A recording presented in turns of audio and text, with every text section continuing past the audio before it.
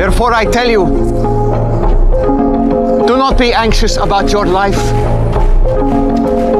what you will eat or what you will drink, nor about your body, what you will put on. Is not life more than food, and the body more than clothing? Look at the birds of the air. They neither sow nor reap nor gather into barns, yet your heavenly Father feeds them. Are you not of more value than they? And which of you, by being anxious, can add a single hour to his span of life?